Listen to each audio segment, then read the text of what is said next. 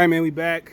Motor Sports Talk. Check the Detroit Lions Talk playlist for more videos like this. And Maurice Jones-Drew, former UCLA running back, Jaguar running back, don't know if he played too many other places, has some critiques about DeAndre Swift and what he needs to do for the Lions run game to take the next level. Not the Lions run game, not the receivers blocking, the interior linemen, guard, center, not the tackles, the fullback, the scheme.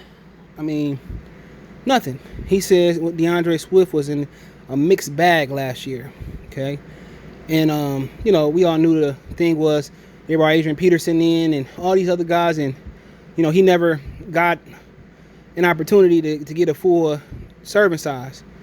All right, remember they were trying to, use them in spots, but it don't matter. The younger running backs, you got to run them. If you don't feel like you need to protect them, to stay healthy this early on in their career, you don't need to draft them straight up and down, unless it's a lingering injury.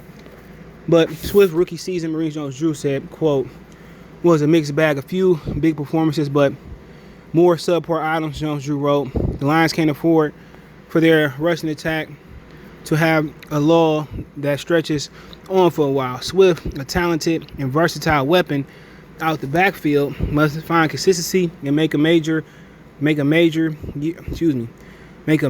year two leap, in Anthony Lynn's offense. And that was his opinion, okay? Am I going to respect his opinion? Absolutely.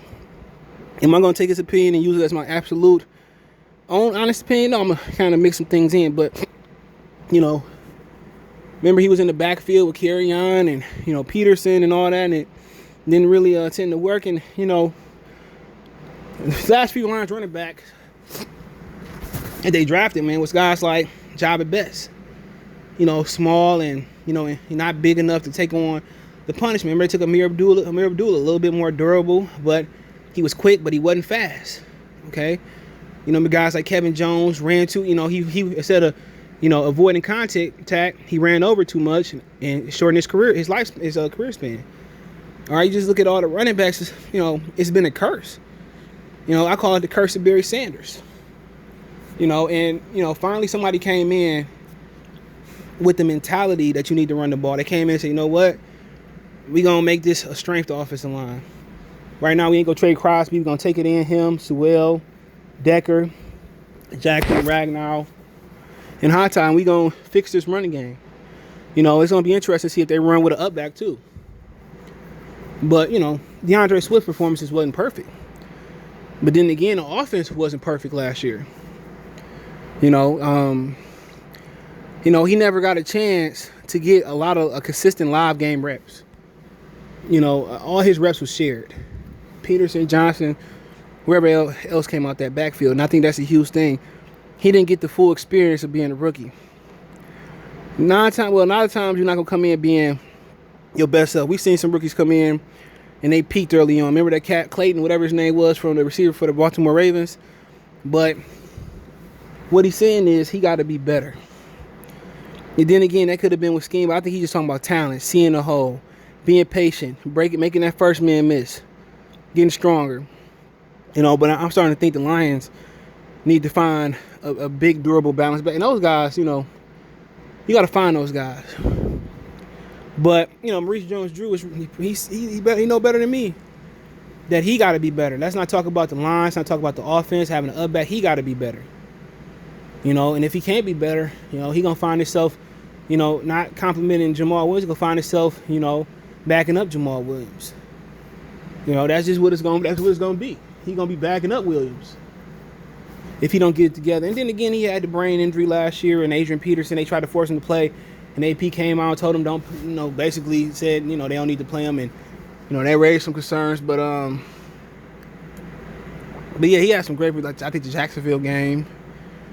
But my concern is he ain't going to hold up. They always find these small or these fragile running backs that ain't built like they need to be built. Like Kerryon Johnson was built too long. He had that Derek McFadden build. But the difference between him and McFadden and Peterson was stronger, and he just was special to run upright. They need to find somebody that got the pad level, in the durability. All that stuff. And for the most part, they couldn't find that guy. Joyke Bell, he was pretty good, and Reggie Bush and James Stewart, but they can't find that guy that's the total package. And honestly, if you can't find that guy, or you can't identify that guy, honestly, to be honest, you need to, you need to move up the draft that guy. But over the years, you had to do that sort of Jaguars, Jerome James, a lot of guys that came out and did good. That went undrafted or drafted late. But, I think, his critiques are honest. And not everybody going to come into the league and light it up their year one. There's some running backs that, they don't like it light up year one. Remember, they had a regular season last year. I think the kid from that played for Indianapolis last year, he went to Wisconsin. Once Melvin, what's the old boy that got injured in front of him? He really started to take, I forget his name. I loved him coming out the draft last year. Dude from Wisconsin. He really started to get off last year. And he may end up being the best draft out of last year's draft because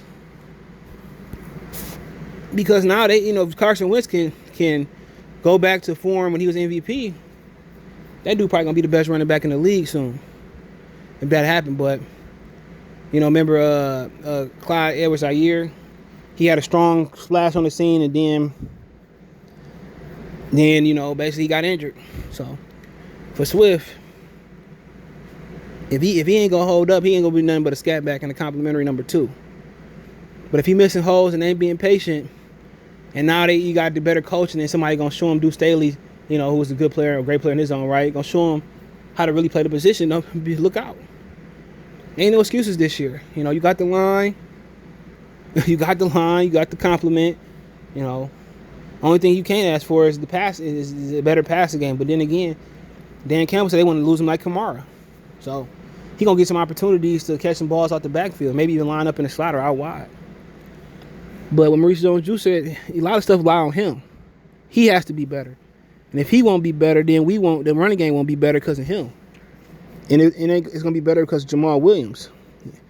Or not be better at all. So some things that he got to fix. And maybe that was coaching, or maybe that was just, the learning curve was too, it came too fast with the pandemic. And then also they didn't get preseason, and they didn't have, joint practices. So a lot of things that it's not an excuse, it's just a valid 100, honest opinion that, maybe this offseason is going to be a breeze in my Ha Davis voice.